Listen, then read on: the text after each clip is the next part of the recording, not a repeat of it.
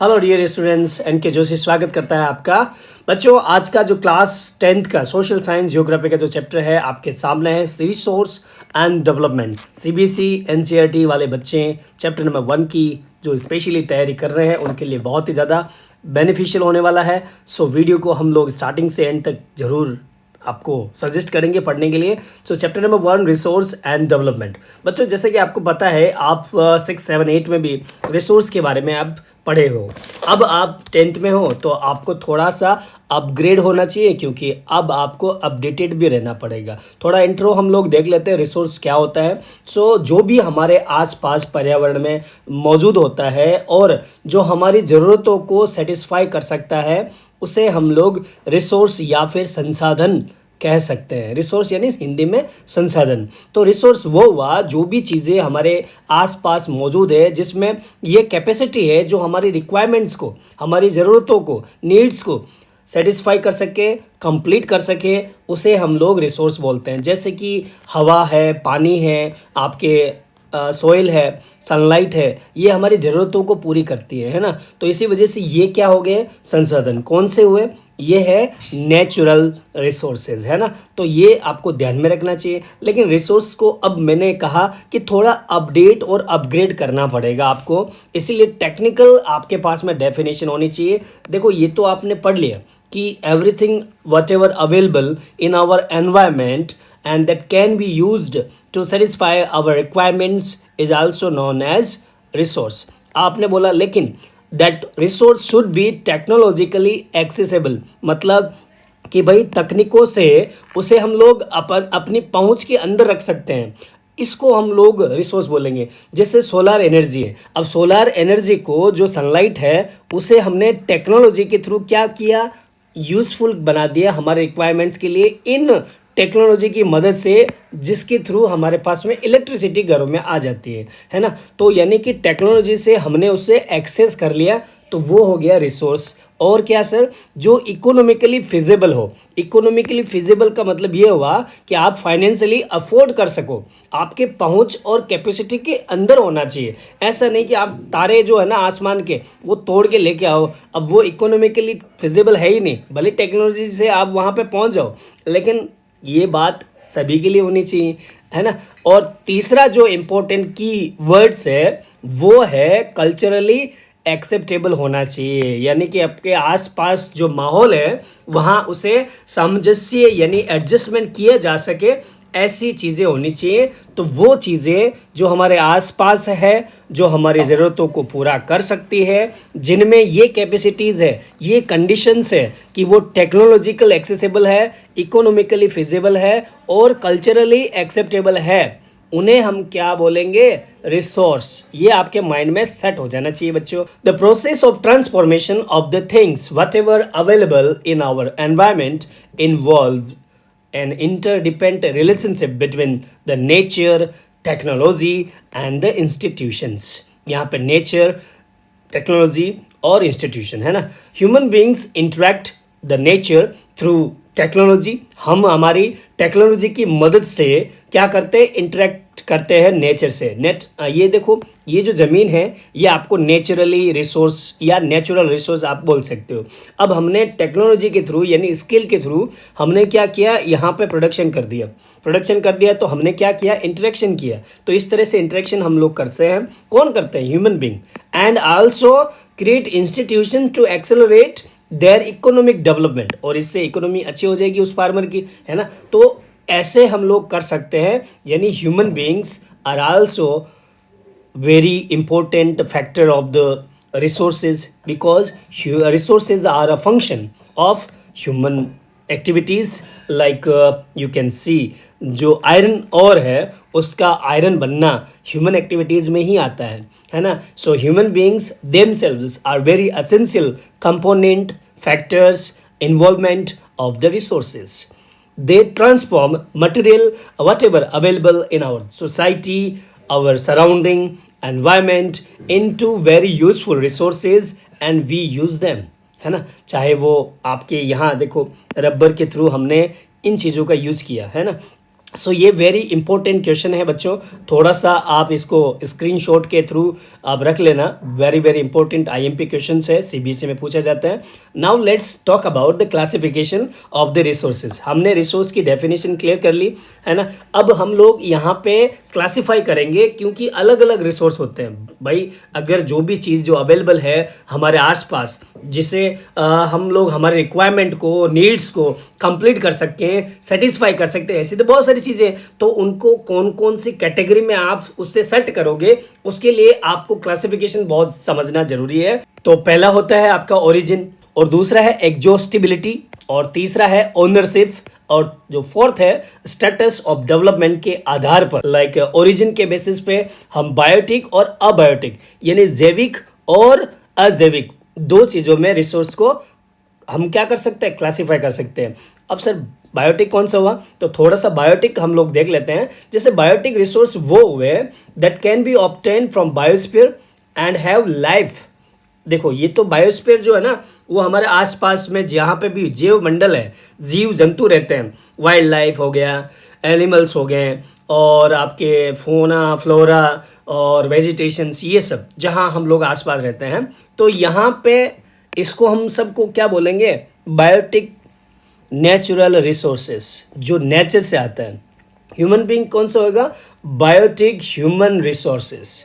इस तरह से जैसे एग्जांपल में आप देख सकते हो ह्यूमन बीइंग हो गए आपके, है ना। अबायोटिक में यानी अजैविक में कौन कौन से आएंगे हमारे, तो अबायोटिक वो हुए those which are composed of non living things, यानी इसमें जीव नहीं होता है, इन्हें हम लोग अजैविक संसाधन बोलते हैं। जैसे कि रॉक्स, इसमें जीव होता है, पत्थर में नहीं होता है, तो पत्थर को पूछते क्यों हो, अरे यार वो अलग बात है। मेटल्स हो गए, है ना, तो इस तरह से हम लोग बोल सकते हैं ये अबायोटिक रिसोर्स हुए। अब दूसरा है एग्जॉस्टिबिलिटी, इसमें रिन्यूएबल और नॉन रिन्यूएबल दो हमारे प्रकार होते हैं। रिन्यूएबल क्या होता है, तो थोड़ा वो देख लेते हैं। रिन्यूएबल जैसा कि नाम से पता चलता है, जिसे हम लोग रिन्यू कर सकते हैं या फिर रिप्रोड्यूस कर सकते हैं। कैसे, फिजिकल, केमिकल, मैकेनिकल प्रोसेस के थ्रू, और इन्हें हम लोग रिन्यूएबल रिसोर्स या रिप्लेनिसेबल रिसोर्स बोलते हैं। ये आपको ध्यान में रखना है। इसमें सोलर एंड विंड एनर्जी आएगा आपका, और वाटर आएगा। ये जो है हमारे क्या हो गए, renewable resource, forest, wild life. अब देखो आगे और इसे फर्दर हम लोग जो रिन्यूएबल रिसोर्स है उन्हें डिवाइड कर सकते हैं। जैसा कि एक होता है कंटिन्यूस और फ्लो, ये विंड और वाटर हमेशा कंटिन्यूस रहेगा। दूसरा होता है बायोलॉजिकल, ये रिन्यूएबल रिसोर्स के भी फर्दर क्लासिफिकेशन है, ये ध्यान रखना। अब ये बायोलॉजिकल क्यों, क्योंकि इसमें बायो होती है यानी लाइफ होती है, नेचुरल वेजिटेशन में, वाइल्ड लाइफ में, इसीलिए। अब नॉन रिन्यूएबल जो वापस रिन्यू नहीं किया जा सकते हैं, these occur over a very long geological time, and minerals, fossil fuels are the examples of them.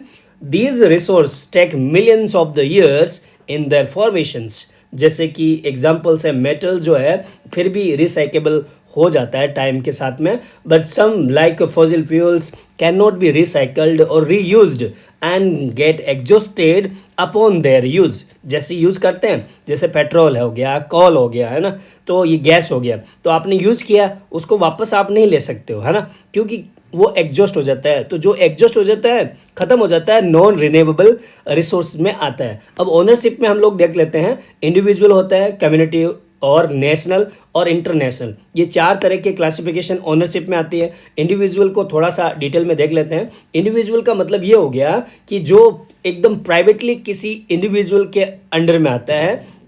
Many farmers on the land, है ना, अपनी अपनी ज़मीन होती है, which is allotted to them by government against the payment of revenue, है ना, तो उसके बेसिस पे ये जो ज़मीन है उनके मालिक वो खुद हुए। In villages there are with land ownership but there are many who are landless. इस तरह से इंडिविजुअल वो हो जाते हैं। अर्बन पीपल ऑन प्लॉट्स, और जो शहरों में अगर बात करें तो उनके घर होते हैं लोगों के, वो खरीदते हैं उनको घरों को, एंड उनकी प्रॉपर्टी होती है, तो ये सब इंडिविजुअल रिसोर्स में आता है। ये जो एग्जांपल है तो वो कुछ ऐसे हो सकते हैं, जैसे प्लांटेशन हो गया, पेस्चर लैंड्स हो गई आपकी, पॉन्ड्स आपका हो सकता है, वेल्स आपके हो सकते हैं, ये सारे के सारे इंडिविजुअल हो गया। अब कम्युनिटी लेवल पे क्या समझोगे? कम्युनिटी लेवल पे आप देखोगे, so they are accessible to all the members of a particular और सर्टेन कम्युनिटी।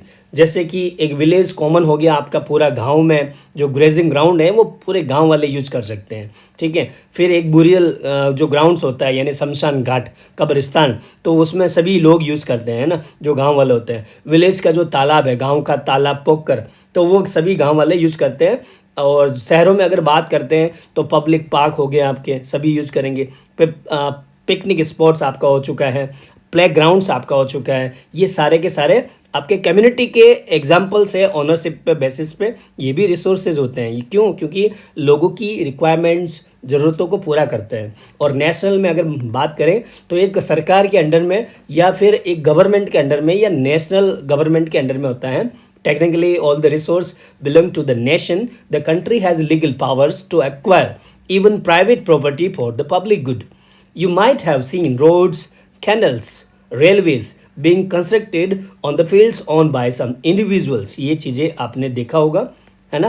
तो ये सारे के सारे हमारे गवर्नमेंट के या नेशन से बिलोंग करते हैं। Urban development authorities get empowered by the government to acquire the land. और ये मिनरल्स, ये सारे जो माइंस होते हैं, all the minerals, water resources, forest, wildlife, land within the political boundaries, चाहे वाटर रिसोर्स हो, फॉरेस्ट हो, वाइल्ड लाइफ हो या लैंड हो, ये सारे के सारे पॉलिटिकल इंस्टीट्यूशन के अंदर आती है। And oceanic area up to 12 nautical miles यानी 9.2 kilometre from the coast termed as territorial water bodies and resources therein belong to the nation. हमारा जो इंडिया का मैप अगर हम साउथ से बनाते हैं तो कुछ इस तरह का बनेगा, ठीक है ना। ये थोड़ा सा बराबर नहीं बना है लेकिन फिर भी अब यहाँ से 19.2 किलोमीटर बोलूँ मैं या 12 नॉटिकल माइल्स अगर मैं बोलूँ तो वहाँ तक का जो क्षेत्र होता है बच्चों, वो हमारे भारत देश का आता है। ये आपको समझना बिल्कुल चाहिए, क्योंकि ये आपके जो आगे फ्यूचर IAS IPS आप में से बनोगे तो आपके पास में टेरिटरी कितनी है ये आपको पता होगा, है ना। फिर आता है इंटरनेशनल, अंतर्राष्ट्रीय संसाधन। अब अंतर्राष्ट्रीय संसाधन बहुत ही इंपॉर्टेंट हो गया है, क्योंकि बढ़ती ग्लोबलाइजेशन, लिबरलाइजेशन और क्या, ग्लोबलाइजेशन, लिबरलाइजेशन और प्राइवेटाइजेशन, इन चीज़ों की वजह से इनका महत्व बहुत ज़्यादा बढ़ जाता है। There are international institutions which regulate some resources. The oceanic resource beyond 200 kilometre of the exclusive economic zone belong to open ocean and no individual country can utilise these without the concurrence of international institutions. यानी उनकी treaties होती हैं, pact होता है, agreement के हिसाब से वो काम करते हैं। अब स्टेटस के बिहाफ पे कितना हम लोग रिसोर्स को क्लासिफाई कर सकते हैं, तो पहला होता है पोटेंशियल, दूसरा होता है डेवलप्ड, तीसरा होता है स्टॉक और जो फोर्थ नंबर है वो होता है रिजर्व। अब हम लोग पोटेंशियल को थोड़ा देख लेते हैं क्या होता है। देखो पोटेंशियल का मतलब होता है कि आपके अंदर है ना कैपेसिटी है, आप 80% लेके आ रहे हो PT1 में, PT2 में, हाफ ईयरली एग्जाम में, लेकिन एनुअल एग्जाम में आपके 90 या 100% लाने की आपके अंदर पोटेंशियलिटी है, बट आप क्या करते हो, उस चीज़ को इग्नोर कर देते हो। तो मतलब एक तरह से जो आपके अंदर शक्ति है ना, वो संभावनाएं जो हैं उसको हम बोलते हैं पोटेंशियलिटी यानी possibility. Resources which are found in region but not have been utilised, वो संसाधन जो है लेकिन यूटिलाइज नहीं किया है, वो हमारे होते हैं पोटेंशियल यानी संभावना है, इन फ्यूचर हम लोग यूज़ कर सकते हैं। जैसे कि वेस्टर्न पार्ट ऑफ इंडिया में अगर बात करते हैं, स्पेशली राजस्थान में, तो आप यहाँ देखोगे तो यहाँ पे क्या चीज़ें और गुजरात में भी यहाँ क्या चीज़ें अवेलेबल है। यहाँ लिखा है कि भाई सोलार एनर्जी की बहुत ज़्यादा डेवलपमेंट की पॉसिबिलिटी है, लेकिन बहुत ये पूरे राजस्थान को कवर नहीं किया। कुछ कुछ प्राइवेट घरों में या फिर कम्युनिटी लेवल पे काम हुआ है, लेकिन अगर मान लो कि पूरे का पूरा ये राजस्थान और गुजरात की गवर्नमेंट सभी के लिए ये लगा दे तो क्या होगा। ये पोटेंशियलिटी है इन रिसोर्सेज का, एक ऑप्शनल और वैकल्पिक जो यूज़ है वो मिल सकता है। तो जो हमारे पास में है लेकिन यूज़ नहीं हो रहा है उसे हम बोलते हैं पोटेंशियल रिसोर्सेज। ये आपके माइंड में आना चाहिए सेट, ठीक है ना। But so far these have not been developed properly. तो ये हो गया पोटेंशियल। अब डेवलप्ड, डेवलप्ड का मतलब जो हमने डेवलप कर लिया है, यूज कर रहे हैं, है ना। Resource which are surveyed and their quality quantity have been determined for the utilization. The development of the resource depend on the technology level of their feasibility यानी अफोर्डेबिलिटी के हिसाब से हम लोग करते हैं। स्टॉक में जो हमारे पास में अच्छे खासे मतलब एक तरह से रिजर्व नहीं स्टॉक है, मतलब कि हमारे पास में अच्छी खासी क्वांटिटी है जो ख़त्म नहीं होंगे। अब यहाँ पे स्टॉक रिसोर्स कौन से हुए? Material in the environment which have the potential to satisfy human needs, but human beings don't have the appropriate technology to access these are included among the stock। जैसे कि यहाँ पे वाटर है ना, हमारे पास बहुत ज़्यादा स्टॉक में है, but water is a compound of two flammable gases, hydrogen and oxygen, which can be used as a source of the energy, but we don't have the required technical know-how। ये हमारे पास नहीं है कि भाई किस तरह से इसका और ज़्यादा बेटर यूज़ कर सके। आपसे यही उम्मीद की जा रही है कि आप बताइए कि इसको कैसे यूटिलाइज करें। मुझे मत बताओ, गवर्नमेंट को बताओ। जब आप अच्छी पोस्ट पे चले जाओ, है ना, तब जाके क्या होगा, हमारे यहाँ पे इकोनॉमी अच्छी होगी, पॉवर्टी कम हो जाएगी, अनएम्प्लॉयमेंट बिल्कुल कम हो जाएगा। तो ये सब चीज़ें के लिए आपको पढ़ाया जा रहा है, hence it can be considered as stock. अब दूसरा होता है रिजर्व, यानी आरक्षित, हमने वहाँ पर रिजर्वेशन करके रखा है। Reserve are the subset of the stock which can be put into use with the help of existing technical know-how method, but their use has not been started। अभी इसका यूज शुरू नहीं हुआ है। This can be used for meeting future requirements। River water can be used for generating hydroelectric power। ये चीज़ें कुछ कुछ शहरों में जहाँ पे रिवर्स की कनेक्टिविटी अच्छी है वहाँ आप देख पाओगे, but presently it is being utilised only at a limited extension पे ही हम लोग इसका यूज़ कर रहे हैं। तो बहुत ज़्यादा अपार इसकी संभावना है, बट हमारे पास में पॉसिबिलिटी होते हुए भी हमारे पास में कुछ जो है नो हाउ वाली मेथड नहीं है। दस the water in the dams forest is a reserve which can be used in the future, जब भी रिक्वायरमेंट हो। और ये आपके सामने एक इम्पोर्टेंट क्वेश्चन है, इसको आप थोड़ा स्क्रीनशॉट लेके पढ़ लेना और इसके आंसर भी फाइंड आउट कर लेना बच्चों। ये दो क्वेश्चंस हैं, आईएमपी है। अब हम लोग बात करते हैं डेवलपमेंट ऑफ द रिसोर्सेज की, है ना। डेवलपमेंट जो है रिसोर्स का किस तरह से हुआ है और किस तरह से और किया जा सकता है। Resources are vital for human survival as well as for maintaining the quality of the life. It was believed that resource are free gift of the nature, है ना। ये हमारे प्रकृति से मिले हुए एकदम निःशुल्क उपहार है। As a result human being use them indiscriminately and this led to the following problem. अब देखो रिसोर्स जो है वो प्रकृति से मिले हुए उपहार है, तो उस वजह से लोगों ने इनडिस्क्रिमिनेटली यानी कि बिना सोचे समझे उनका उपभोग किया, उपयोग किया, और नतीजा क्या हुआ, बहुत सारी प्रॉब्लम आई। जैसे कि आप देख सकते हो यहाँ पे depletion of the resources for satisfying the greed of few individual. अब रिसोर्सेज का लिमिटेशन जो है ना वो एक सेंट्रल जोन जैसा हो गया है, कुछ लिमिटेड लोगों के पास हो गया। उनकी जो ग्रीड है वो इतनी बढ़ चुकी है कि रिसोर्स आपके खतरे में पड़े हैं और दुनिया भी खतरे में है। Accumulation of the resources in few hands which in turn divided the people society into two segments, you can say them rich और poor। इसी वजह से हो गया ऊंच नीच क्लासेस, ये सब इसकी वजह से indiscriminate exploitation of the resource led to the global ecological crisis. जैसे कि ग्लोबल वार्मिंग हो गया आपका, ओजोन लेयर डिप्लेशन हो गया आपका, और एनवायरमेंटल जो पोल्यूशन है वो भी आपकी इसकी वजह से होता है, और लैंड डिग्रेडेशन यानी कि ज़मीन की जो अपनी कैपेसिटी होती है, उसकी उर्वरता होती है, फर्टिलिटी होती है, वो उसकी ख़त्म हो चुकी है। ये सब रिसोर्सेज के बहुत ज़्यादा ओवर एक्सप्लॉयटेशन की वजह से, ओवर यूज़ की वजह से क्या क्या प्रॉब्लम हो रही है वो आपको लिखना होगा। तो ये मैं उसी के बारे में बात कर रहा हूँ।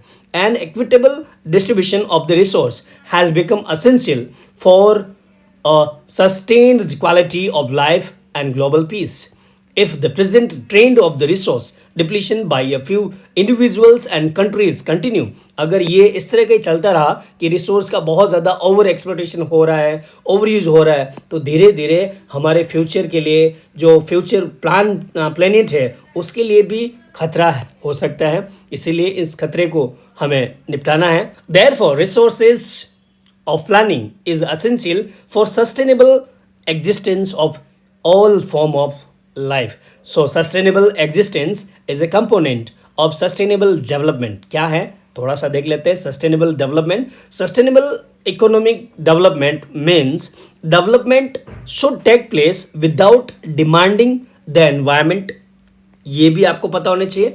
And development in the present should not compromise with the needs of the future generation. मतलब क्या हुआ, सस्टेनेबल डेवलपमेंट बहुत ही इंटरेस्टिंग और इम्पोर्टेंट टॉपिक है बच्चों, इसको ध्यान से पढ़ना, ध्यान से इसको समझना। सस्टेनेबल का मतलब ये हुआ कि जो आज और कल के लिए हम लोग यूज कर रहे हैं ना, तो दोनों में इस तरह का करना चाहिए कि भाई कल की जो जनरेशन है उनको कोई समझौता या फिर कंप्रोमाइज़ नहीं करना पड़े, इस तरह का हमें यूज़ करना चाहिए। अभी जैसे पेट्रोल जैसे फ्यूल है तो आप बहुत ज़्यादा इसको यूज़ कर रहे हो, तो इन फ्यूचर क्या होगा, ये फ्यूल ख़त्म हो जाएगा। जो नेक्स्ट जनरेशन आएगी, फ्यूल क्या होता है केवल उनको पिक्चर्स में वीडियो में देखेगी, है ना। तो इसका क्या करना चाहिए, हमें जितना लिमिटेड यूज़ हो उतना ही हमें करना चाहिए। जैसे कि अगर आप कार से ऑफिस जा रहे हो जबकि वहाँ पे पब्लिक ट्रांसपोर्टेशन भी चलता है, तो आपको वो यूज़ करना चाहिए। इससे क्या होगा, इससे आपके रिसोर्सेज का क्या हो जाएगा, सस्टेनेबल डेवलपमेंट, यानी उसका कंजर्वेशन भी हो जाएगा। आगे इन चीज़ों को और भी डिटेल में पढ़ेंगे हम लोग। पहले आप इसका स्क्रीनशॉट ले लो, ये बहुत ही इंपॉर्टेंट है आपके। अब हम लोग रिसोर्स प्लानिंग कैसे कर सकते हैं, क्या होता है रिसोर्स प्लानिंग, वो समझ लेते हैं। So planning is the widely accepted strategy for judicious use of the resource. Judicious का मतलब जो इनडिस्क्रिमिनेटरी यूज कर रहे हैं ना, बिना सोचे समझे, तो सोच समझ के रिसोर्स का यूज करना ही एक प्लानिंग है, योजना है। यानी कि संसाधन योजना क्या है, तो सर ये एक ऐसी रणनीति है, स्ट्रेटेजी, जिसमें हम लोग रिसोर्स को एकदम प्लानिंग के थ्रू यूज करेंगे, है ना, ताकि फ्यूचर के लिए भी रहे, हमारे लिए भी यूज हो जाए। इसके लिए क्या करना होगा, इसके लिए हमें प्लानिंग बनानी पड़ेगी। It has importance in the country like India which has enormous diversity in the availability of the resources. There are regions which are rich in the certain types of the resources, while you can see some areas or region deficient in some other resources. हमारे India में uneven distribution of the resources है कि एक जगह बहुत ज़्यादा है, एक जगह कम है। तो इसके लिए क्या करना चाहिए, प्लानिंग करना चाहिए। प्लानिंग कैसे होता है ये भी हम लोग बात करेंगे। There are some regions which can be considered self-sufficient in terms of the availability of the resources, while there are some regions which have acute shortage of some vital resources. The states rich in the minerals and coal deposits जो है India में, वो है उत्तर प्रदेश आपका, छत्तीसगढ़ और Jharkhand. Arunachal Pradesh has abundance of water resources but lacks in infrastructural development. अब यहाँ पे पानी की संभावना अपार है, ठीक है, ब्रह्मपुत्र रिवर वगैरह ये आपने पढ़ा होगा 9th में, तो वहाँ है, लेकिन क्या है, इंफ्रास्ट्रक्चर जो है वो वहाँ पे नहीं हो पाता है। इंफ्रास्ट्रक्चर का मतलब ये रोड कनेक्टिविटी वगैरह ये सब चीज़ें वहाँ पॉसिबल नहीं है। The state of Rajasthan is very well endowed with solar and wind energy but lacks in water resources, है ना। एक स्टेट ऐसा है जहाँ पे ये है, दूसरा चीज़ें नहीं है, यानी एक रिसोर्स है दूसरा नहीं है, तो ये सब प्रॉब्लम है हमें, इसीलिए हमें रिसोर्स प्लानिंग करनी चाहिए। The cold desert of Ladakh is relatively isolated from the rest of the country. It has very rich cultural heritage but it is deficient in water, infrastructure and some vital minerals. This calls for balanced resource planning at national, state and regional and local level. So resource planning India में किस तरह से होती है? So resource planning is a very complex process. ये एक बहुत बड़ी कठिन है, क्योंकि ये मतलब एक तरह से आम बात नहीं है कि प्लानिंग करना, ये कोई शादी विवाह के लिए जैसे प्लानिंग करते हैं कि भाई उनको बुलाना है, उनको नहीं बुलाना है, ये खाना बनाना है, ये नहीं बनाना है, ये मेहमान वहाँ रहेंगे, वो मेहमान वहाँ रहेंगे, इस तरह से मतलब हमारा प्लानिंग नहीं होता है। इसमें बहुत ही क्रिटिकल चीज़ों का भी ध्यान में रखना पड़ता है और फ्यूचर जनरेशन का भी ध्यान में रखना पड़ता है, जो करंट जो कंजप्शन है उसका भी ध्यान में रखना पड़ता है। तो इसमें क्या क्या इन्वॉल्व होता है, तो पहला है आपका आइडेंटिफिकेशन, मतलब कि आप ये पता करो कि इन रिसोर्सेज कौन कौन से अवेलेबल है और कौन कौन से फ्यूचर के लिए, जो हमने क्लासिफिकेशन किया उस हिसाब से आइडेंटिफाई करना और उनकी इन्वेंट्री बनाना। इन्वेंट्री मतलब एक तरह से सबको मॉडिफाई कर देना या फिर उसको रिकॉर्ड रख लेना, है ना। इन्वेंट्री एंड आइडेंटिफिकेशन ये पहला हो जाता है अलग अलग एरियाज में। दूसरा होता है सर्वे करना, मैपिंग करना और क्वालिटेटिव और क्वांटिटेटिव एस्टिमेशन करना, मेजरमेंट करना उन रिसोर्स का। मतलब ये है, पहले हमने आइडेंटिफाई कर लिया कि भाई पानी है, ये हमारा एक रिसोर्स है, तो इनकी हमने इन्वेंट्री बना ली, पानी है जो एक नेचुरल रिसोर्स है, ठीक है। दूसरा बना दिया कि भाई अब ये कहाँ कहाँ पे है ना, पूरे इंडिया में जहाँ जहाँ पे भी आपके पानी जैसे वेस्टर्न राजस्थान में नहीं है तो वहाँ पे भी हाईलाइट कर दिया।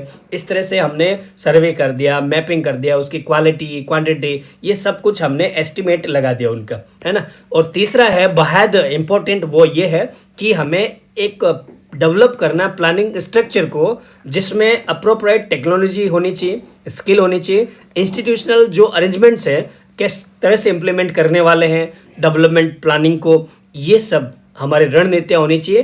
तो रिसोर्स प्लानिंग में 3 तरह की आपकी कैटेगरी आती है। रिसोर्स प्लानिंग में 3 प्रोसेस होता है। आइडेंटिफिकेशन एक याद रखना, दूसरा है सर्वे, ये याद रखना, सर्वे में मैपिंग ये सब हो जाएगा आपका, एस्टिमेशन वगैरह, और तीसरा है इसको डेवलप करना। अब क्योंकि आपने इन्वेंट्री बना लिया और आपने ये भी एरिया देख लिया, अब किस तरह से आप इसको इम्प्लीमेंट करोगे। भाई आपने सब कर दिया, अब इम्प्लीमेंट भी करने की जरूरत है। तो ये 3 प्रोसेस आपके इसमें आते हैं। India has made concentrated efforts for achieving the goals of resource planning right from the first 5-year plan launched after freedom. आज़ादी के बाद में हमने पंचवर्षीय योजना शुरू कर दी इस रिसोर्स प्लानिंग के लिए।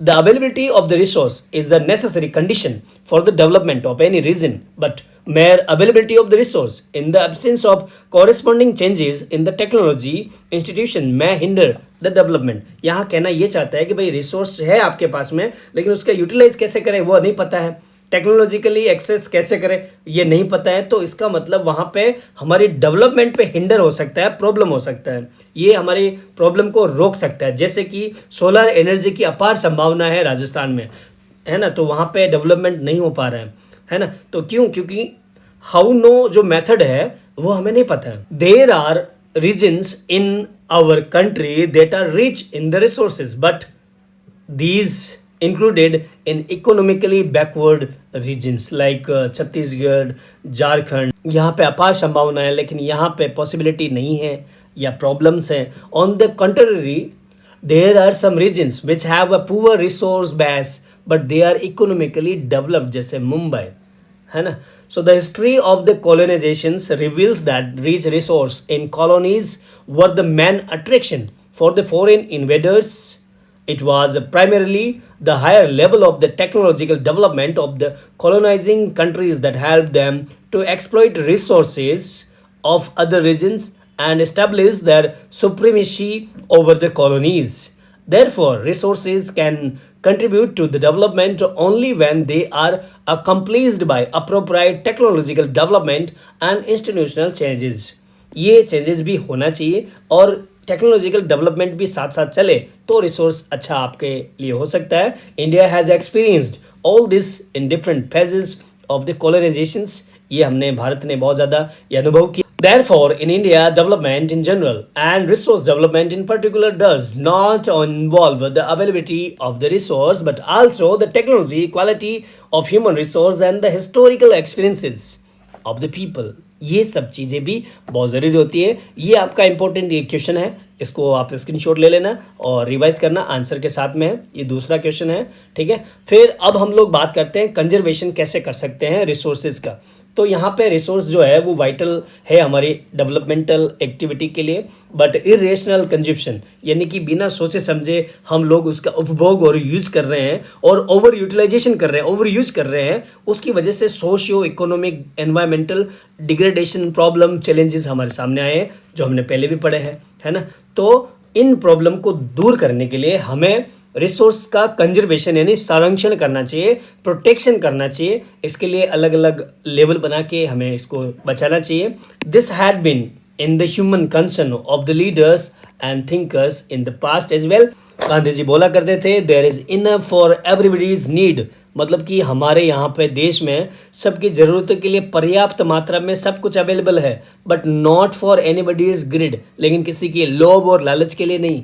तो ये ध्यान में रखना चाहिए। He places the greedy and selfish individual and exploitative nature of the modern technology as the root cause for the resource depletion at the global level. अब यहाँ पे गांधी जी का रिसोर्स प्लानिंग के विषय में, उनके डेवलपमेंट के विषय में क्या थॉट था। उनका मानना ये था कि टेक्नोलॉजी की वजह से जो मॉडर्न में चल रही है, इसकी वजह से है ना बहुत ज़्यादा रिसोर्स डिप्लीशन हो रहे हैं, ख़राब हो रहे हैं, उनका पतन हो रहा है। तो ये एक ग्लोबल चिंता उनके माइंड के हिसाब से थी, है ना। तो टेक्नोलॉजी आनी ही नहीं चाहिए, वो तकनीकों से बहुत ज़्यादा अलग ही रहते थे, इसीलिए हैंड मेड या चरखा वगैरह वो ज़्यादा जो है इस्तेमाल करने के लिए बात करते थे। He was against mass production and wanted to replace it with the production by the masses. Land resource की बात करें हम लोग तो we live on the land, we perform our economic activities on the land and we use it in different ways. जैसे कि हम लोग जो है, जो लैंड है हमारी, वो एक नेचुरल रिसोर्स है, हम सब मानते हैं, और ये नेचुरल वेजिटेशन को, वाइल्ड लाइफ को, सभी को सपोर्ट करती है। इसके अलावा human life, economic activities, transportation, communication system भी आपके इसी ज़मीन पर है ना। और इसीलिए जो ज़मीन है हमारा एक तरह का ऐसा एसेट है जो बहुत ही मल्टी डायमेंशनल इसका यूज होता है, मल्टीपर्पज़ के लिए यूज किया जा सकता है। इसीलिए ये इम्पोर्टेंट हमारे लिए हो जाता है कि हम किस पर्पज़ के साथ में इसका यूज़ कर रहे हैं, ये हमें पता होना चाहिए और इसका केयरफुली प्लानिंग के साथ में यूज़ करना चाहिए। India has land under variety of relief features. आपने ये चैप्टर नंबर 2 में physical features of India class 9th में पढ़ा है, तो उसमें आपने ये भी पढ़ा है कि भाई माउंटेन है इंडिया में, है ना। So these ensure potential flow of some rivers, providing facilities for tourism and ecological aspect के लिए भी ये बहुत ज़रूरी होते हैं माउंटेन। फिर हमारे पास में प्लेट्यूज है, it possesses rich reserve of minerals, fossil fuels and forest. और फिर हमारे पास में प्लेन एरिया भी है जो प्रोवाइड करता है एग्रीकल्चरल और इंडस्ट्रियल एक्टिविटीज़ और डेवलपमेंट को, तो ये भी हमारे पास में है। तो ये रिलीफ फीचर्स है बच्चों जो हमने बात किया। सो ये आपको पता होने चाहिए। और साथ साथ में ये जो है आपका 30% है, ये प्लेट्यू जो है वो 27% है, और जो प्लेन एरिया है वो आपका 43%। इस तरह से आप अपनी टेक्स्ट बुक में पाई चार्ट जो देख रहे हो उसी के बारे में है। लैंड यूटिलाइजेशन को हम लोग देख लेते हैं। Land resource are used for the following purpose. किस तरह से लैंड का यूज होता है? फॉरेस्ट के लिए। Land not available for cultivation, यानी वो ज़मीन जो एग्रीकल्चरल एक्टिविटीज़ के लिए बहुत ही यूजफुल नहीं है, बैरन लैंड हो सकती है आपकी। फिर तीसरा है अदर अनकल्टिवेटेड लैंड, यानी वो ज़मीन जिसमें कल्टीवेशन नहीं हुआ है। और फिर चौथा है फैलो लैंड्स, जो ऐसी वीरान पड़ी है। और फिफ्थ है नेट सोवन एरिया, ये बहुत इंपॉर्टेंट है। मतलब एक तरह से सोवन एरिया का मतलब ये है कि जहाँ आपने उगाया है कुछ वो। तो फॉरेस्ट की अगर बात करें, ये हो गया फॉरेस्ट। फिर land not available for cultivation, barren land और वेस्ट लैंड इसमें आता है। और इसमें आता है land put to non agricultural uses, जैसे कि बिल्डिंग के लिए यूज कर लिया, रोड्स के लिए, फैक्ट्रीज के लिए, है ना। अदर अनकल्टिवेटेड लैंड जैसे कि परमानेंट पेस्चर्स हो गया ग्रेजिंग लैंड के थ्रू, है ना। दूसरा हो गया आपका not included in the net sown area, जिसे एग्रीकल्चरल में काम में नहीं लिया गया। तीसरा हो गया कि जहाँ पे प्रोडक्टिविटी ऑफ द एग्रीकल्चर बहुत ज़्यादा संभावना है, लेकिन वो हमने लेफ्ट कर दिया है फॉर 5 एग्रीकल्चरल ईयर्स के लिए, तो वो। फिर फैलो लैंड्स में क्या होता है? Current flow left without cultivation for 1 और लेस देन 1 एग्रीकल्चरल ईयर, ऐसे ही छोड़ दिया है। और दूसरा other than current flow left uncultivated for the fast 1 to 5 agricultural years. और नेट सोवन एरिया में जहाँ आप खेती बाड़ी करते हो, एरिया जिसमें मतलब एक तरह से जहाँ पे क्रॉपिंग आपका होता है एक साल में आप अच्छी खासी या एक पर्टिकुलर रीजन में या ईयर में जहाँ पे एग्रीकल्चरल एक्टिविटीज़ होती है वो नेट सोवन एरिया होता है, ये आपको ध्यान में रखना है। और ये इंपॉर्टेंट क्वेश्चन है, इससे रिलेटेड आप स्क्रीनशॉट लेके इसको रख लेना। फिर हम लोग बात करते हैं लैंड यूज़ पैटर्न। हमारे इंडिया में जैसे हमने फॉरेस्ट के लिए, कल्टीवेशन के लिए, अनकल्टीवेशन के लिए हमने सब देखा। अब हमारे यहाँ पे इंडिया में पैटर्न क्या चल रहा है लैंड का, वो हम लोग देख लेते हैं। The use of land determined both by physical factors such as topography, जिसमें ये आता है टोपोग्राफी होनी चाहिए।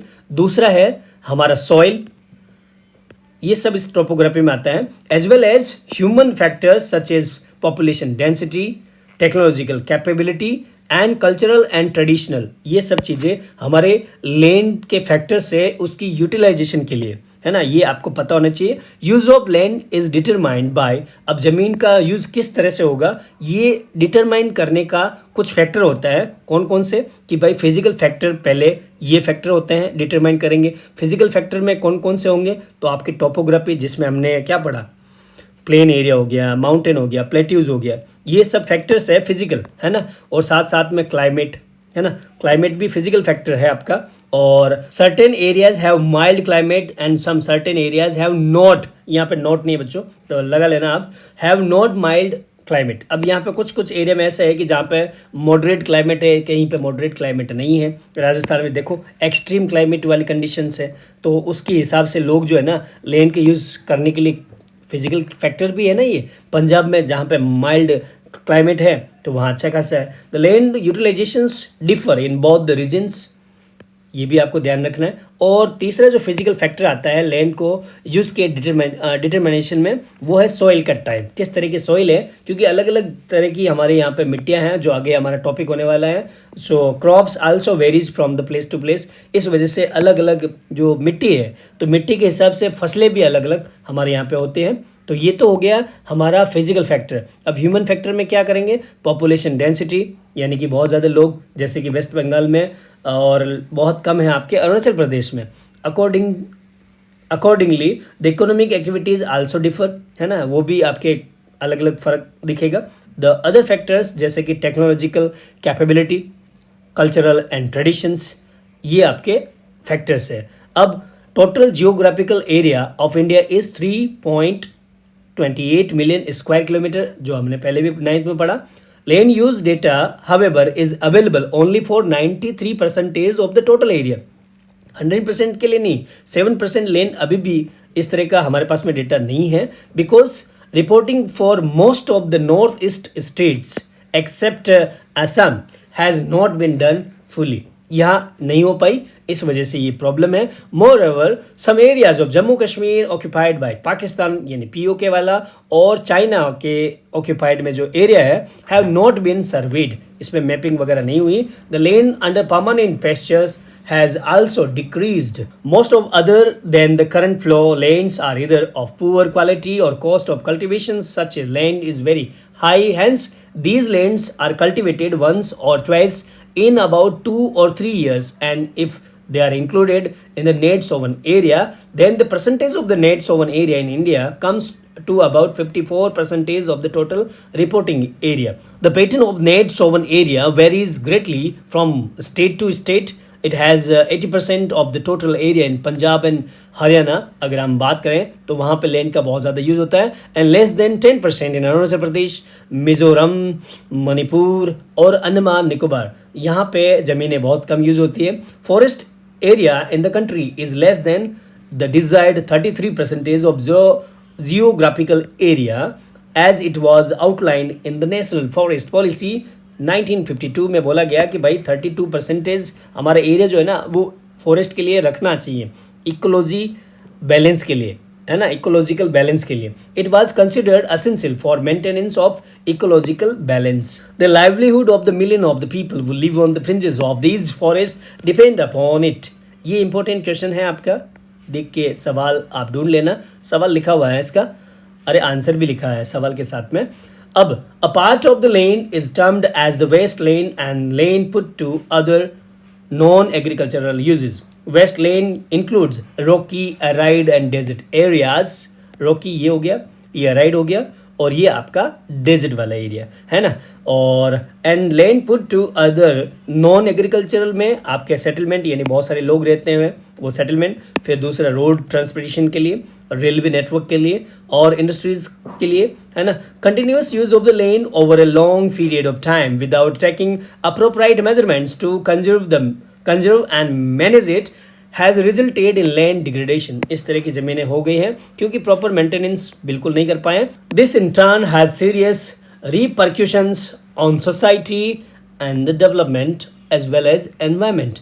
Deteriorations in the quality of the land due to natural or human factors is called land degradation. Human activities जो है वो not only brought about degradation of the land but also aggravated the paths of natural forces to cause damage to the land.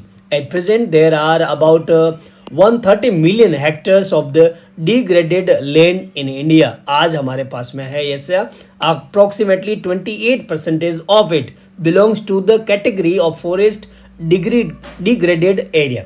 इस तरह से हमारी ज़मीनें बेकार हो चुकी है। 56% of it is water eroded area, जहाँ पे पानी की वजह से भी अपव्यय हो चुका है ये सभी एरिया है। एंड द रेस्ट जो है वो अफेक्टेड बाय सलाइन और अल्काइन डिपॉजिट्स की वजह से, जो भी बंजर की तरह हो चुकी है। Some human activities such as जैसे कि deforestation, overgrazing, mining, quarrying to have contributed significantly in land degradation. अब लैंड डिग्रेडेशन में कौन कौन से लोगों का या फैक्टर्स का इन्वॉल्वमेंट है, कंट्रीब्यूशन है, तो आपको ये थोड़ा सा देख लेना है, ठीक है ना। इसमें डिफॉरेस्टेशन में जब मतलब पेड़ों को काटना हो गया, ओवरग्रेजिंग पशुओं को चारा पानी, एंड माइनिंग का मतलब बहुत ज़्यादा खदान वगैरह, क्वेरिंग में मतलब बहुत ज़्यादा ये जो मशीनें हैं उसकी वजह से बहुत ज़्यादा भी प्रॉब्लम होता है। Mining sites are abandoned after excavations work is complete, leaving deep scars and traces overburdening. इसकी वजह से in the states like Jharkhand, Chhattisgarh, Madhya Pradesh और Orissa, deforestations due to mining have caused severe land degradation वहाँ पे हुआ है। और गुजरात, राजस्थान, मध्य प्रदेश और महाराष्ट्र में ओवरग्रेजिंग की वजह से लैंड डिग्रेडेशन हुआ है। जबकि पंजाब, हरियाणा, उत्तर प्रदेश में बहुत ज़्यादा इरिगेशन यानी कि सिंचाई है ना, जो पानी डालने के लिए मशीनें लगी हुई है ना, पानी जो है हमारे ग्राउंड लेवल से वाटर पंप के थ्रू निकाल देने की वजह से, तो ये लैंड डिग्रेडेशन बहुत ज़्यादा हुआ है। मृदा में जो हमारी ज़मीन है उसमें नमक का होना और उसकी जो क्वालिटी है वो बिगड़ना, ये प्रॉब्लम आपके वहाँ देखने को मिलती है। When water is supplied to a field by irrigation it starts percolating in the ground, percolating का काम हो जाता है इसमें। और वंस द सब soil is saturated with water, अब इसमें सब सॉइल भी होती है, आगे हमारा टॉपिक आएगा ये कि हमारे यहाँ पे जो हमारी जो ज़मीन होती है, लैंड होती है या सॉइल का जो प्रॉपर्टी है, उसमें उसका जो अपर लेयर स्ट्रक्चर है वो सैचुरेटेड होने लग जाता है, जिसकी वजह से मृदा अपरदन ये प्रॉब्लम हो जाती है। और that's why there is accumulation of water in the field, that is called water logging. इसको हम बोलते हैं water logging. There is salt present in the सब soil, the salt dissolve in the underground water. In the afternoon when the sky is bright and clear, जब दोपहर का समय शुरू होता है, the surface water starts evaporating, और evaporation होता है and the ground water is pulled up, उस वजह से ये पुलिंग का काम शुरू हो जाता है और इस वजह से लैंड डिग्रेडेशन का प्रोसेस आपके शुरू हो जाता है। सो फाइनली द वाटर एवपोरेट हो जाता है और पूरी तरह से हमारे यहाँ पानी खत्म हो जाता है। The mineral processing like grinding of limestone for cement industry and calcite and soapstone for ceramic industry generate huge quantity of dust in the atmosphere. It retards the process of infiltration of water into the soil after it settles down on the land. ये जो ज़मीनें हैं वो सब process जो water cycle आपने पढ़ा ना, और ये भी हमारे पॉल्यूशन को आगे बढ़ा देता है। In recent years industrial influence as waste have become a major source of land and water pollution in many parts of our country. Some of the methods of check land degradations जो है वो है afforestation, Planting of shelter belts of the plants. Shelter belt is made up of one or more rows of trees or shrubs planted in such a manner as to provide shelter from the wind. ये जो shelter belt बने हुए हैं ना, इस तरह से ये बनते हैं. कंट्रोल ओवर ग्रेजिंग, है ना, ये भी होना चाहिए. Stabilization of sand dunes by growing thorny bushes, ये आपको जो दिखाई दे रही है. Methods to reduce land and water degradation in industrial and suburban areas में कौन कौन से है. एक तो प्रॉपर मैनेजमेंट होना चाहिए वेस्ट जो भी लैंड है. The best way to manage waste land is develop forest. Forest को हमें डेवलप करना चाहिए, ये सबसे आसान तरीका है. दूसरा है हमें माइनिंग एक्टिविटीज़ को कंट्रोल करना है, प्रॉपर डिस्चार्ज करना है हमारे जो भी इंडस्ट्रियल वेस्टेज होता है उनका, और डिस्पोजल भी करना है उनका बराबर. वेस्ट जो है उसका भी ट्रीटमेंट बराबर करना चाहिए, यानी मैनेजमेंट भी होना चाहिए, तो हमारा हो जाता है. अब आगे जो हमारा टॉपिक है वो है सॉइल. वो हमारा रिसोर्स है बहुत बड़ा और इम्पोर्टेंट. इस तरह से लेट्स टॉक अबाउट इट. अब इसमें हम लोग देख लेते हैं सॉइल एक तरह से रिसोर्स किस तरह से है. सो soil is the most important renewable natural resource. ये हम सबको पता है. It is the medium of plant growth and supports different types of living organism on the earth. The soil is a living system. It takes millions of the years to form soil up to a few centimeter in depth. मतलब कि मिट्टी को बनने में बहुत सारे millions of the years का time लगता है. तो रिन्यूएबल ज़रूर है लेकिन वक्त बहुत लगता है. इसलिए important factors in the formations of the soil. अब इसको जो सॉइल को बनाने में कुछ फैक्टर्स आपके बहुत ज़्यादा इम्पोर्टेंट होते हैं. वो रिलीफ, फिर आपका पेरेंट रॉक, और तीसरा आता है बेड रॉक. ये आपको पिक्चर्स के साथ में बता रहा हूँ मैं. साथ ही साथ क्लाइमेट और vegetations and other forms of life and time. Various forces of the nature are also responsible for the soil formation. ये भी जो है हमारे यहाँ पे जो अर्थक्वेक होता है, वोल्केनो इरप्शन होता है, ये भी इसमें आता है. साथ ही साथ में change in the temperature, actions of the running water, wind and glaciers, activities of decomposers, इनका भी रोल होता है सॉइल को बनाने में, मिट्टी को बनाने में. On the basis of the factors responsible for the soil formation, colour, thickness, texture, age, chemical and physical properties जो है वो अलग अलग रहता है. अब हम लोग उसको हमने यहाँ क्लासिफिकेशन कर दिया है इनके बेसिस पे जो आपको नज़र आ रहे हैं, यानी कि जो थिकनेस है, उसका कलर है, उनके बेसिस पे हमने सॉइल के क्या किए, क्लासिफिकेशन किया कि भाई मिट्टी जो है ना बहुत ही तरह तरह की है. क्यों? क्योंकि इसमें कलर अलग होता है किसी का, कोई छोटी या बड़ी या मोटी होती है, टेक्सचर उसका अलग होगा, कोई पुरानी है कोई न्यू है, एज के हिसाब से.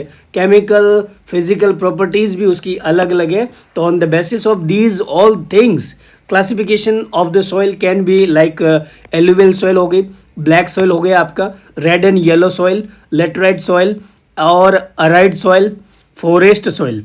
ये जो है ना ये टाइप्स है. अब हम लोग एक एक करके सभी सॉइल्स के टाइप्स को डिटेल में पढ़ेंगे. In fact entire northern plain are made of, ये जो दिख रहा है आपको नॉर्दर्न प्लेन वाला एरिया, वो एलुवियल सॉइल से बना हुआ है, ठीक है ना, यानी जलोढ़ मिट्टी. These have been deposited by 3 important river system जो हमने क्लास 9th में भी पढ़ा था, है ना, गंगा, ब्रह्मपुत्र, और तीसरी कौन सी थी, ये देखो इंडस रिवर, है ना. तो ये इनकी वजह से ये बना हुआ है, ये इंडस रिवर, गंगा और ये आपकी ब्रह्मपुत्र. तो 3 रिवर की वजह से ये डिपॉजिट्स लेके आती है वहाँ से और वो यहाँ जमा हो जाते हैं, इसीलिए एलुवियल सॉइल बन जाती है. यानी कि ये पानी से बनी हुई होती है, पानी की वजह से जो रिवर होता है वो यहाँ पे डिपॉजिट्स कर देते हैं, सिल्ट, सैंड्स, ये सारे जो पहाड़ों से लेके आती है. हिमालयन रिवर है ना ये तीनों, तो वो जैसे ही यहाँ पे आती है हमारे प्लेन एरिया में तो यहाँ पे डिपॉजिट्स करती है. Alluvial soil is also found in eastern coastal plain, यहाँ पे भी होगी, यानी कि ये नॉर्दर्न प्लेन जो है यहाँ तो है ही है, लेकिन आपके ईस्टर्न कोस्टल प्लेन में भी है, और आपके महानदी डेल्टा की वजह से बनता है, गोदावरी की वजह से, कृष्णा कावेरी की वजह से भी. And these soil are also found in Rajasthan and Gujarat, जहाँ पे रिवरिन जो जगह है आपके मिल जाते हैं, तो वहाँ पे एलुवियल सॉइल की भरपूर मात्रा हमें देखने को मिलती है. Alluvial soil consist of various proportions of sand, silt and clay. इसमें ये सब कॉम्बिनेशन होता है। As we move inland towards the river valleys, soil particles appear somewhat bigger in size, and in the upper reaches of the river valleys near the place of the break of slough the soils are coarse, यानी बहुत ज़्यादा थोड़ा thickness उसका कम हो जाता है, छोटी हो जाती है। such soil are more common in piedmont plains, जैसे कि आपके दोआब वाला एरिया हो, दोआब हमने पहले ही पढ़ा है ना, और कॉस और तराई वाले एरिया में आपके ये सॉइल भरपूर मात्रा में देखने को मिलेगी। Piedmont plain is an area found on the foot और foothills of the mountain, mountain की जो फुटिल्स वाला एरिया है वहाँ आपको पिडमोंट प्लेन दिखाई देगा। पर्स are the flood plains and foothills of the eastern Himalayan in north east India, especially around Bhutan के आसपास आपको ये देखने को मिलेगी। ये मिट्टी के ही टाइप्स है। In India the foothills of Jalpaiguri and Darjeeling district are known as doabs, ये दोआब की तरह है ना, तो ये आपको ध्यान में रखना है। Small seasonal streams are known as chos which descend from the Shivalik ranges. Piedmont plain is an area found on the foot of the hills. Terai is marshy land at the foothills of Himalayas. एकदम दलदल जैसी जमीन जो है वो तराई वाली होती है। Apart from the size of their grains or components, soil are also described on the basis of their age. उनकी एज के हिसाब से भी, according to their age, alluvial soil can also be classified as खादर और भंगर। ये दो तरह की एलुवियल सॉइल होती है। अब देखो खादर और भंगर किस तरह से होती है, जैसे ही when it rains heavily in the Himalayan वाले एरिया में जब बारिश बहुत ज़्यादा होती है तो स्ट्रीम जो है वो नीचे आपके फ्लो होती है। अब जैसे ही वो नीचे आती है तो स्टोन भी साथ साथ में आएंगे, ये जो पेबल्स आपको दिखाई दे रहे हैं ये भी उनके साथ साथ में आएंगे। And region where these stone, जो अब ये कहीं तो आपके डिपॉजिट होंगे, एक्यूमुलेट होते हैं जहाँ पे भी, तो वहाँ पे जो नया एरिया बन जाता है वो होता है भाबर, है ना। ये हमारे यहाँ आप जो प्लेन एरिया देख रहे हो यूपी के जस्ट नॉर्दर्न बॉर्डर पे, यहाँ आपको भाबर वाला एरिया दिखाई देगा, ठीक है। In this region there is accumulation of boulders, यहाँ बोल्डर्स भी होते हैं, ग्रेवल भी होते हैं, सैंड भी होता है। ये सारे क्या है, ये इसी के एग्जाम्पल्स है। जब रिवर यहाँ पे वापस जो है, यहाँ जब भी रिवर जो है वो आती है और भाबर वाले एरिया में डिसअपेयर हो जाती है, and it reemerge in the new region in the form of spring, और इस वाले एरिया में जो नदी गायब हो गई है वो नए एरिया में यहाँ आगे आपके वापस री एमर्ज होती है, और उस वजह से उस नए वाले एरिया को हम लोग बोलते हैं तराई वाला एरिया। तो मैंने आपको भाबर तराई वाला एरिया बता दिया। अब तराई के आगे जो है अलुवियल जो प्लेन होता है, वहाँ पे भी आपके दो टाइप की एलुवियल सॉइल होती है डिपॉजिट्स, एक होती है ओल्ड वाली और एक होती है न्यू वाली। अब ओल्ड और न्यू को हम लोग समझ सकते हैं यहाँ पे, जैसे कि ये पहाड़ है, पहाड़ से नदी निकली है, तो khadar soil are found in the regions near the river basin, नदी के किनारे ही ये होती है। जैसे जैसे बारिश का जो मौसम होता है तो रिवर फ्लड जो होता है वो आपका एक्सेस हो जाता है, यहाँ बढ़ जाता है पानी, और जो एक्सेस वाटर होता है रिवर का दे रीच नियर बाय रीजन, अब उसका नए वाले एरिया में इस तरह से फैलाव हो जाता है। अब वो फैल गई है along the flood plot water, the silt carried by the river is also deposited. अब यहाँ पे जब बारिश कम होता है या उसका फ्लो कम होता है तो ये वाला जो एरिया बचा हुआ होता है बच्चों, ये जो है वो खादर होता है, क्योंकि ये नया होता है, हर साल ये बदलता रहता है, एवरी ईयर न्यू लेयर बन जाती है यहाँ पे, है ना, प्रीवियस लेयर के पहले, तो इसको हम बोलते हैं खादर या फिर न्यू एलुवियम। अब हम लोग जो है वो थोड़ा और देख लेते हैं। In certain years due to the torrential rain, the flood water of the rivers reaches far off the places away from river के थोड़ा सा और भी दूर तक वो चला जाता है। यहाँ तक आप देख सकते हो, ये थोड़ा टोरेंशियल जब रेन का टाइम होता है ना, तब बहुत ज़्यादा हेवी, तब ये थोड़ा एरिया बड़ा उसका लार्ज हो जाता है और नया एक एरिया डेवलप होता है जिसे हम लोग जो है बोलते हैं बांगर, ठीक है ना। ये बांगर के बारे में, heavy rainfall does not occur every year, the Bangar soil layer is not renewed, हमेशा ऐसा नहीं होता है, इसलिए ये रिन्यू नहीं हो पाता है और इसी वजह से इसको ओल्ड एलुवियम कहते हैं। ये एलुवियम सॉइल के बारे में। Bangar soil has higher concentration of kankar nodules than khadar. ये भी आपको इसकी स्पेशलिटी पता होनी चाहिए। Khadar has more fine particles and is more fertile than bangar. Alluvial soil as a whole are very fertile. Mostly these soils contain adequate proportion of potash, phosphoric acid and lime. इनमें जो आपकी एलुवियल सॉइल होती है उनमें ये चीज़ें आपके पाई जाती है, ये आपको पता होना चाहिए। And because of these which are very ideal for the growth of sugar cane, paddy and wheat के लिए बहुत ज़्यादा आपके फ़ायदेमंद मानी जाती है due to its high fertility. और ये एलुवियल सॉइल जो है ना एग्रीकल्चरल एक्टिविटीज़ के लिए बहुत ज़्यादा फर्टाइल मानी जाती है।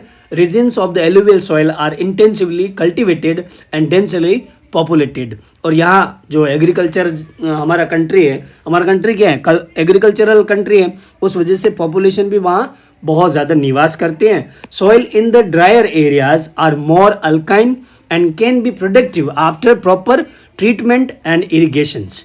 ये आपके इंपॉर्टेंट क्वेश्चन है एलुवियल सॉइल के बारे में, आप थोड़ा देख लेना। ब्लैक सॉइल यानी काली मिट्टी के बारे में हम लोग थोड़ा पढ़ लेते हैं। These soils are black in colour and are also known as regur soil. काली मिट्टी को रेगर सॉइल भी कहा जाता है, काली होती है कलर में, और ये आइडल होती है कॉटन के लिए, कपास के लिए, और इस वजह से इसे ब्लैक कॉटन सॉइल भी कहा जाता है।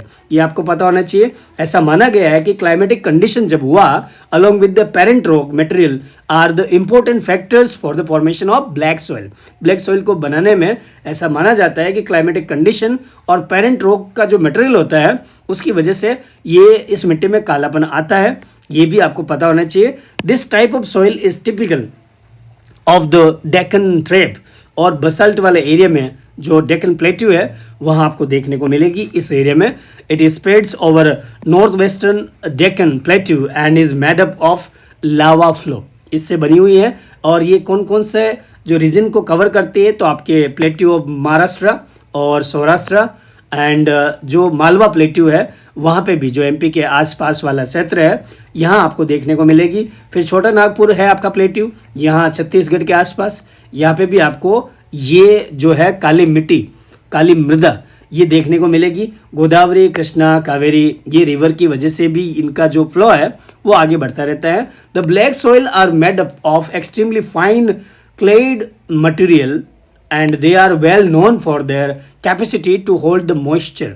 पानी में मॉइस्चर को वो बहुत ज़्यादा होल्ड करने का पावर होता है। इसके अलावा न्यूट्रिएंट्स भी इसमें होते हैं, जैसे कि कैल्शियम कार्बोनेट, मैग्नीशियम, पोटास और लाइम की मात्रा अच्छी खासी इसमें देखने को मिलती हैं। ये सब चीज़ें आपके ब्लैक सॉइल में पाई जाती हैं। और ये जो है ना फॉस्फोरिक कंटेंट के लिए थोड़ा सा क्वालिटी नहीं रह पाती इसकी, यानी कि इसमें एब्सेंस रहता है ये फॉस्फोरिक कंटेंट, ठीक है ना।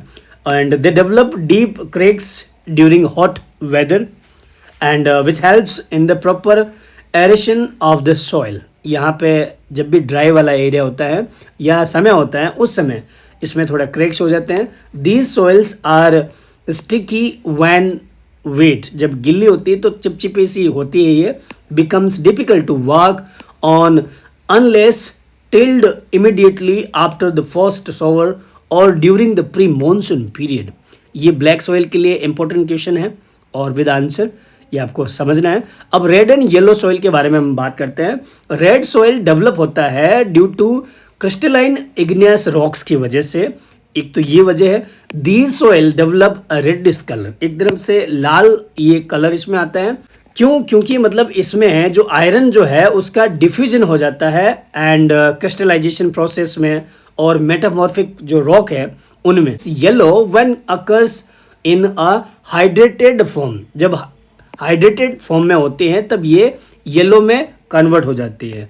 अब यहाँ पे अगर बात करें कि भाई और इसके क्या स्पेशलिटी है, तो they develop on crystalline igneous rocks in the areas of low rainfall, जहाँ बारिश कम होती है, ईस्टर्न वाला और southern parts of Deccan plateau. इन एरिया में आपको लाल और पीली मिट्टी देखने को मिलेगी। Yellow and red soil are also found in the parts of Orissa, Chhattisgarh, southern parts of the middle Ganga plain वाले एरिया में भी आपको ये देखने को मिलेगी, है ना। ये वाला उड़ीसा हो गया, छत्तीसगढ़ हो गया, तो ये इन एरिया में, साथ ही साथ में पिडमोंट जोन जो है वेस्टर्न घाट का, यहाँ पे भी आपको ये सॉइल देखने को मिलेगी।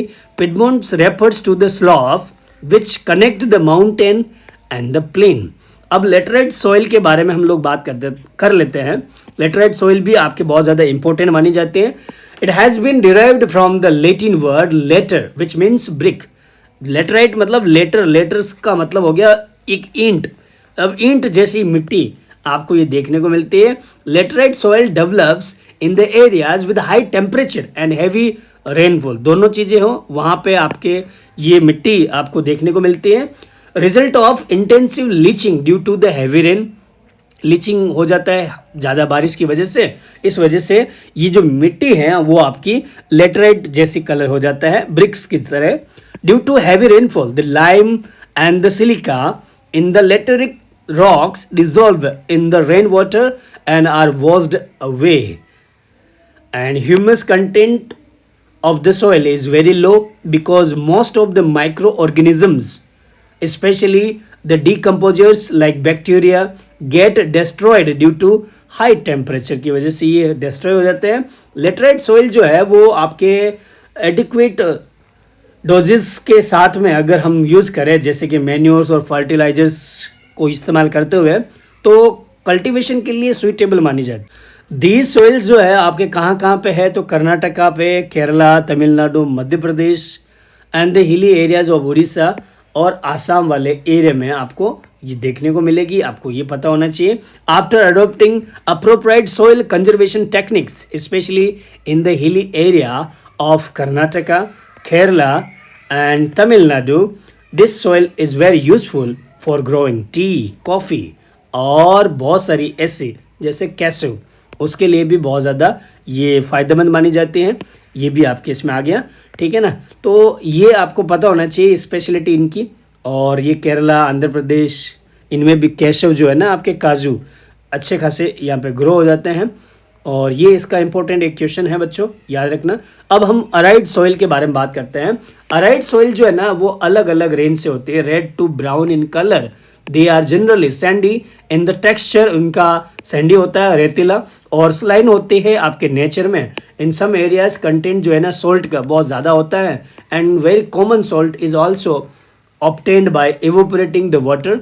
इस तरह से नमक इससे बनाया जाता है। ड्यू टू ड्राई क्लाइमेट की वजह से और हाई टेम्परेचर जब होता है तो इवेपोरेशन बहुत ज़्यादा जल्दी और तेज़ हो जाता है, और उस वजह से सॉइल जो है उसमें ह्यूमस और मॉइस्चर की कमी हो जाती है, यानी कि पानी सोखने की जो क्षमता है वो कम हो जाती है इसकी।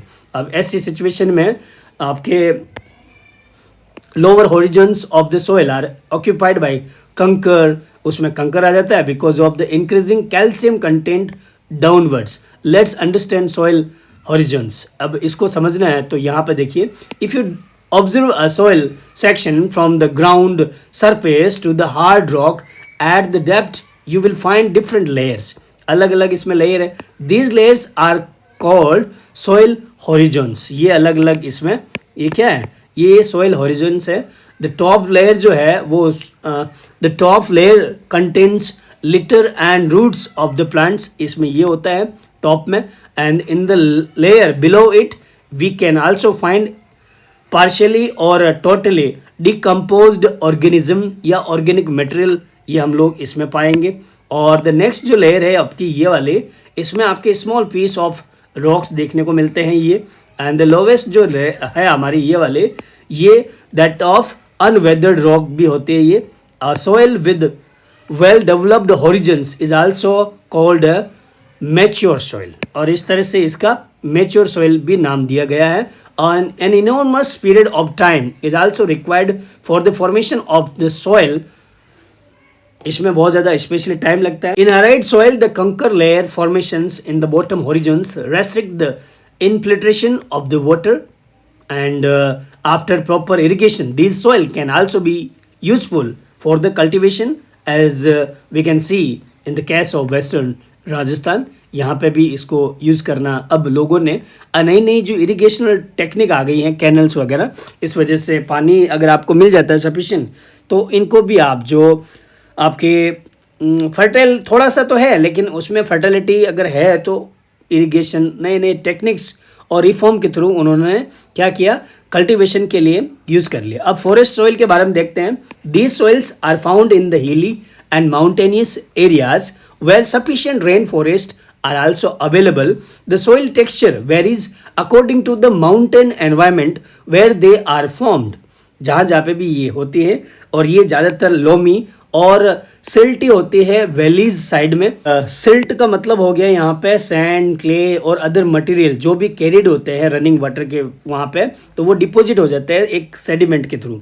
And coarse grain in the upper, जो स्लोप होता है हिमालय का या माउंटेन का, in the snow covered areas of the Himalayas these soil experience denudation and are acidic with low humus content.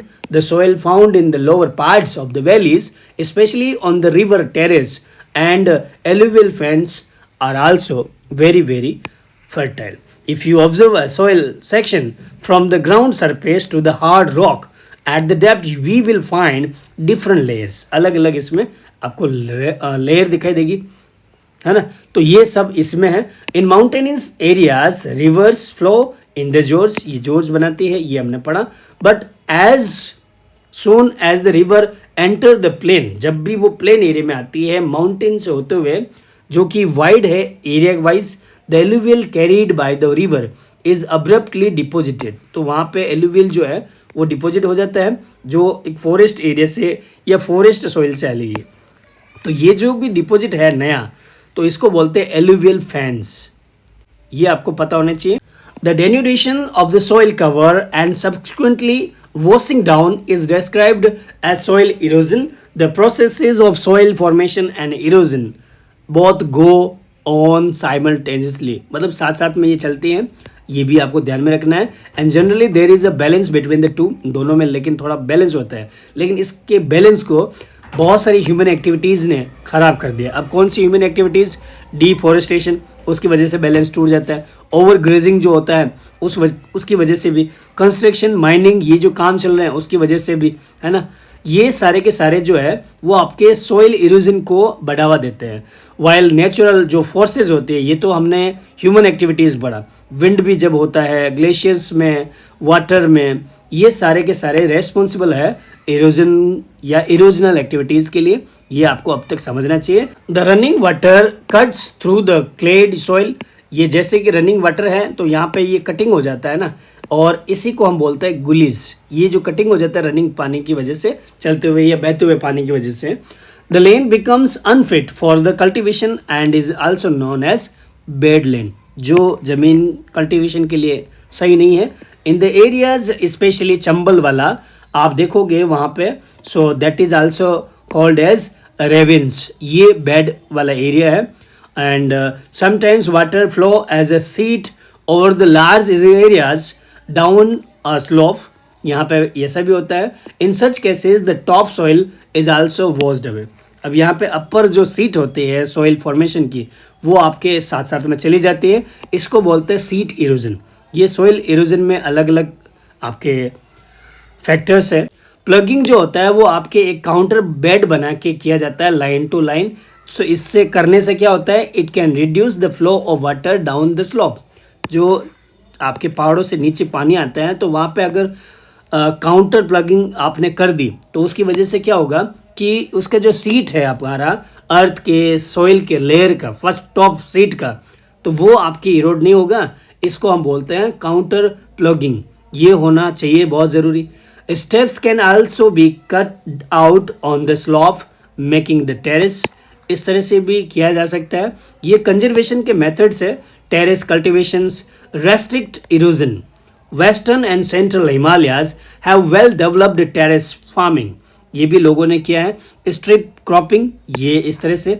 And these large fields can also be divided into strips. Strips of the grass are left to grow between the crops. This breaks up the force of wind. ये जो है ना घास बीच में उगा दी जाती है। इससे क्या होता है कि जब भी विंड का जो फोर्स होता है वो सिल्ट को, कौन से मिट्टी के सिल्ट को आगे आपके ना बहाए या उसे रोक दे, ताकि सॉइल जो कंजर्वेशन है उसका किया जा सकता है। इस मेथड को हम बोलते हैं स्ट्रिप क्रॉपिंग। ये आपको पता होना चाहिए। Planting lines of the trees, अगर इस तरह से करते हैं टू क्रिएट शेल्टर बेड, ये शेल्टर बेड्स बनाने के लिए, that works in similar way, ये भी काम करता है शेल्टर बेल्ट बनाने के लिए, है ना। ये सारे के सारे जो तरीके हैं ये सॉइल इरोजन के बहुत इंपॉर्टेंट है बच्चों। रोज ऑफ सच ट्रीज, अगर इस तरह से रो में बनाए जाते हैं, इसको बोलते हैं शेल्टर बेल्ट। ये भी एक टेक्निक है जिसके थ्रू हम लोग क्या कर सकते हैं, सॉइल इरोजन को रोक सकते हैं। These shelter beds have contributed significantly to the stabilization of sand dunes and in the stabilizing the desert in the western India. ये भी आपके हुआ है। तो बच्चों यहाँ हम इस चैप्टर में एंडिंग पे आ चुके हैं। So thank you for learning and always keep learning बच्चों। हैप्पी लर्निंग के साथ हमेशा बढ़ते रहो। और जैसे कि आपको पता है लाइक एंड सब्सक्राइब आपका हमेशा बनता है, तो ये एक बार थंब इम्प्रेशन के साथ में लाइक और सब्सक्राइब कर देना, घंटी का बेल आइकन बजाते जाना। बाय बाय, मिलते हैं हमारे नेक्स्ट वीडियो में। Take care.